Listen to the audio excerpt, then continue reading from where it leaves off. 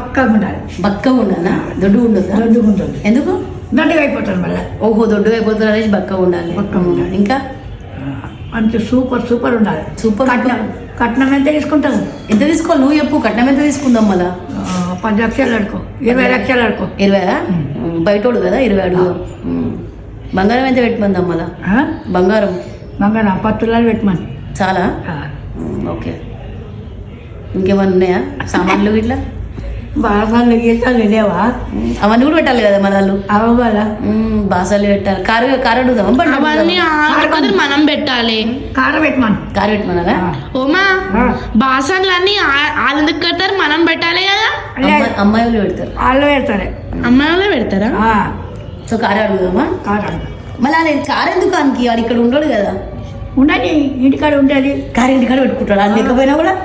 అది లేకపోయినా కారు ఇంటికాడ ఉంటుందా? ఉంటుంది. ఎవరు నడిపిస్తారు మళ్ళా? తిట్టు. ఆల్రెడీ ఒక కారు ఉంది కదా అమ్మా, ఇంకో కారు ఎందుకు? ఆల్రెడీ ఒక కారు ఉంది కదా మనకి. ఆడబడిన ఒక కారు కొనుక్కుండంట. వాళ్ళ దగ్గర కూడా అమెరికాలో కూడా కారు ఉంది మన దగ్గర.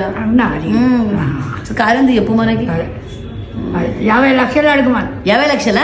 ఇస్తారా అవి ఎవరన్నా 50 లక్షలు? ఎవడు ఇయ్యాడు. మన దాంట్లో ఇస్తారా అవి ఎవరన్నా? ఎవడు ఇయ్యాడు. మళ్ళీ ఎట్లా అడుగుతాం 50 లక్షలు మనం? నేనంటున్నా 20 లక్షలు